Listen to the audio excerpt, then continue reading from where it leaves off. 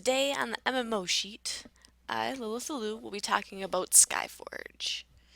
What it is, how it works, what's different about it, those kind of things. So, Skyforge is a free-to-play, massively multiplayer online game where you start out as an immortal. As you progress, you eventually become a god.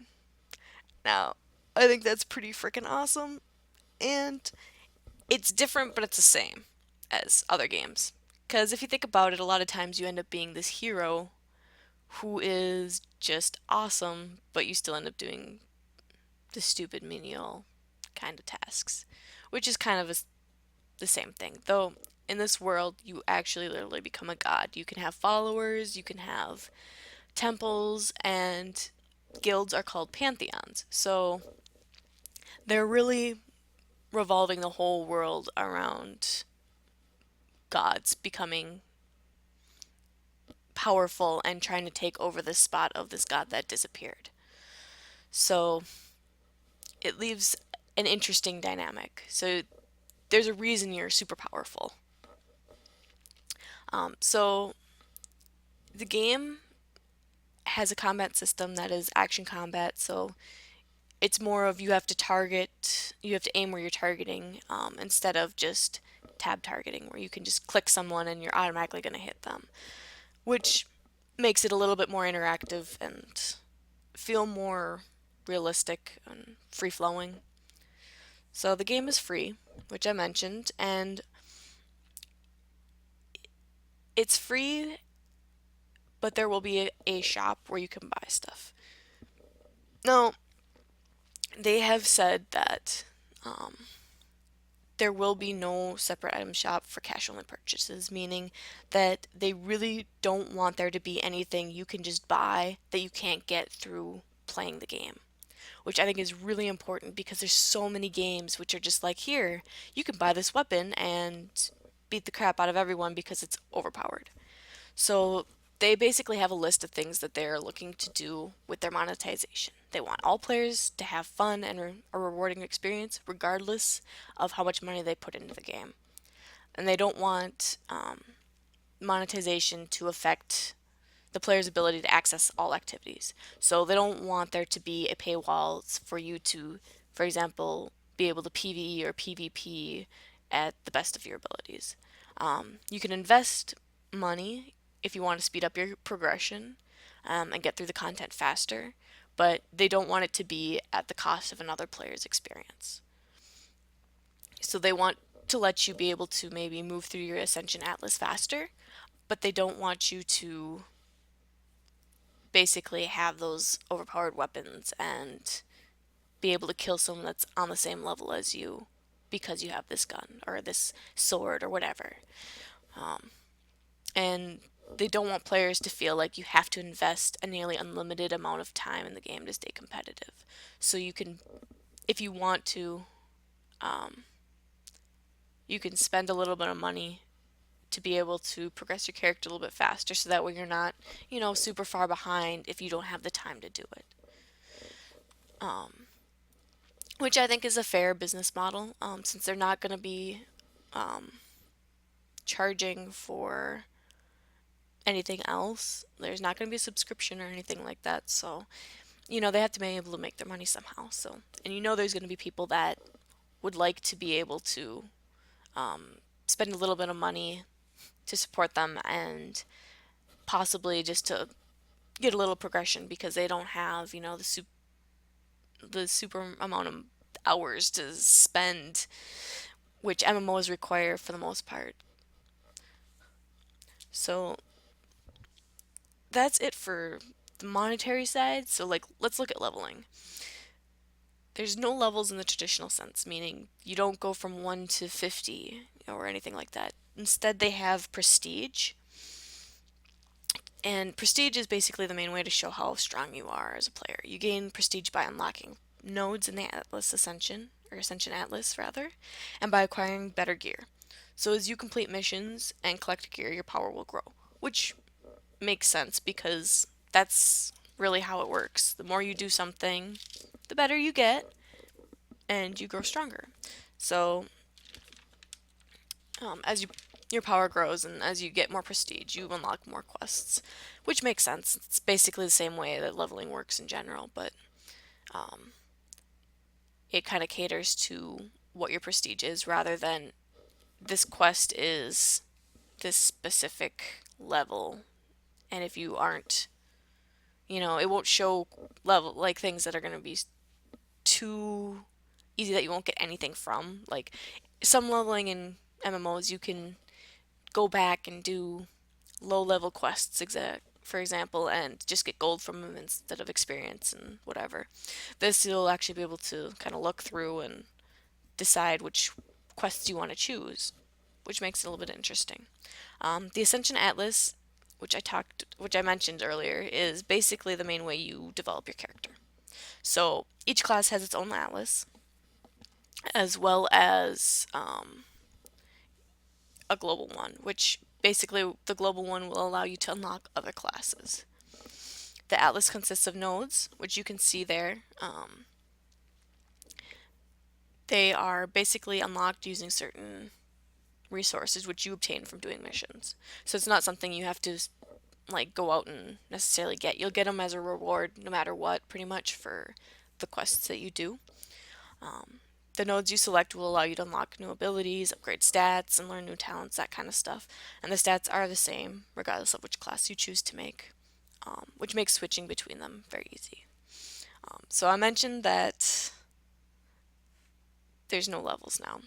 There's also no healer. So that makes things interesting because in most MMOs there's the Trinity, the tank, the heals, and the DPS. So instead of a healing class, they do have a support class, but they aren't like throwing heals at the tank, and instead they're more along the lines of, giving shields to other players, increasing their damage and stuff like that. So you're probably thinking, okay, well, how do raids and dungeons work then if you can't heal? And that's what makes this interesting is that instead of having a healing class, you basically are getting healed from the boss. Whenever when you attack the boss, after a while he'll shoot out these little gold orbs, and basically when you run over them, you get healed for a portion of your life. And that makes it really interesting because like once you get into a raid or a dungeon even, you've got 5 people there. You all are kind of damaged and hurt. Who gets the orb? You kind of have to call it out, and it'll make things, I think, a little bit more interesting. And I'm kind of curious to see how that'll turn out. Um, we'll see, I guess. Um, so, no healers. And what about the world itself? The world is not a seamless open world like most MMOs. There's not just one giant world that you run through and no loading screens.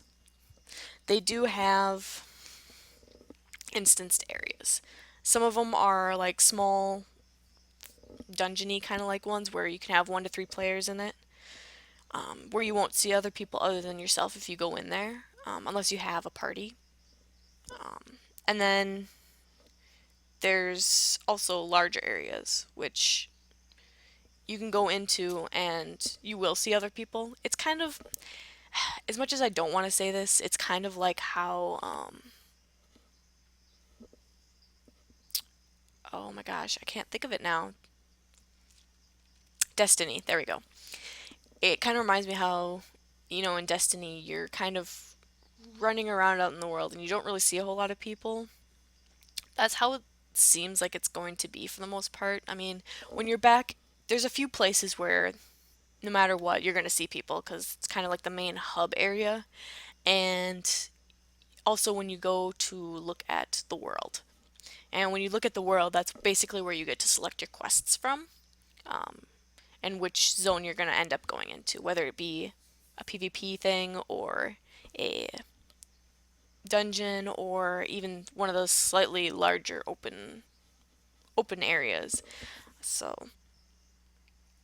We'll see how that ends up working. I know a lot of people weren't really thrilled about it in Destiny, and I'm hoping that it won't be quite the same. Like, I've played a little bit of Skyforge so far, but I haven't made it to any of those areas yet. Granted, I haven't put in a whole lot of time, but from what I have, I've been enjoying it. So before I mentioned about the Ascension Atlas that you could change classes, and anytime out of combat you can. Like, you start with three to choose from: one support, one caster, and one tank. And as you progress, you can unlock more. This, allows for an interesting way to make sure no matter what, you love your character. You don't have to have 20 different alts. You can play each different class or anything like that. And if you end up hating a class, you can just switch to another one and have the same character. It's super easy, and it even helps if you're having trouble with like a boss, for example. Say you're playing as a tank and you just aren't able to get enough damage out fast enough that you think, well, maybe if I switch to a caster, I can just run away and not get hit at all and just keep casting shit. Like, that allows for a really dynamic environment. Like, you can, even if you have like a group and you're doing a dungeon or whatever, you could all play the same thing and not have to worry about it. Or if one person wants to play one thing, you can be like, oh, okay, well, you can play that, and I can just switch to this or whatever, and it's not a big issue. So even if you have like friends, for example, that you go into and you don't get to play with them all that often, but when you do, you guys, there's a couple of you that want to play the same thing, but you really don't think it would work in this area or whatever, one of you can switch for a minute and then go back to playing however you wanted to play before. So it leaves it to be kind of an interesting idea, and I believe there's been a couple other MMOs that have done this before, but none that have made it to like being super popular. And I think that this is a really cool idea, and I hope that it ends up working as good as I think it will. Like, at first I had a little bit of I was a little bit worried about it, but after playing a little bit, I can see how it'll work, and I don't think it'll be as big of a detriment as I think other people think it will be to change between classes. The prestige doesn't change a whole lot, and like when you put resources into a node into one class, those stats, static stats like power or whatever, that will be used for all of your classes. So like even if you fill up, say like one full thing for your Ascension Atlas, for just the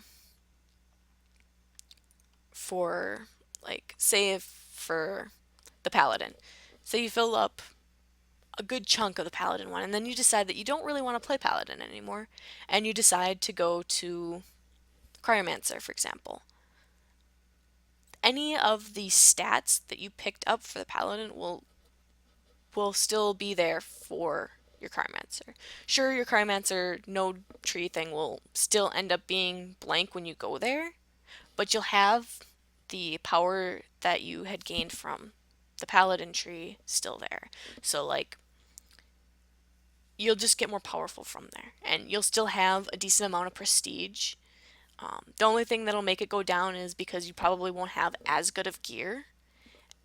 Though, like rings, those will still be the same when you switch classes. The only thing that you're really changing in your class, between classes for gear anyway, is your weapons. There's not like huge amounts of gear. There's not helms and shoulders and feet and all that stuff. Basically, you end up with, I think, four rings that are between all of your character for all of your classes, and then your weapons. And you get two weapons for each class. I do believe it's two weapons for each. And when you equip it on one class, it'll stay on that class. So like say I am playing Lightbinder and I have its weapons equipped, and then I switch to Berserker. I won't have the Lightbinder stuff in my bags. It'll still be on my equipped to my Lightbinder class, even though I switched to Berserker. So my Berserker weapon will be equipped.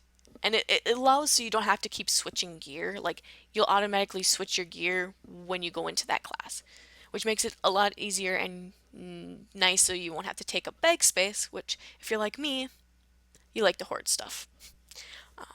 So right now you can start off with 3 different classes to begin with, but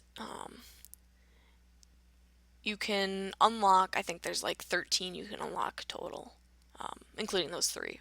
So there's a lot of stuff you can work towards. Like, to me, it's an interesting way of doing it, and I like that you can just kind of. I mean, I can see where people would be kind of annoyed where it's like, oh man, I really want to play this class, but I have to progress through this class first. And that can be a little bit annoying, but it also gives you a little bit more to work towards, and it gives the game a little bit more longevity as well. So right now the third closed beta has started, and the open beta is set to come out this summer, which means the release of the game will also probably be this summer, if not in the fall. And you can sign up at their website. And if you want to ensure your ability to play in these betas, along with getting some extra cool stuff, including extra classes, you can get the Berserker and the Gunner if you end up buying a Founders Pack. And they have 3 different ones of them. There's a $20 one, a $50, and a $70 one. Obviously, the more you spend, the more you get out of it. Also, if you want to check out some videos on how the classes look and how they sling their magic or swing that sword and how they look and stuff like that, I'll link a couple of videos below. Otherwise, this wraps me up, and I'll see you next time. Later!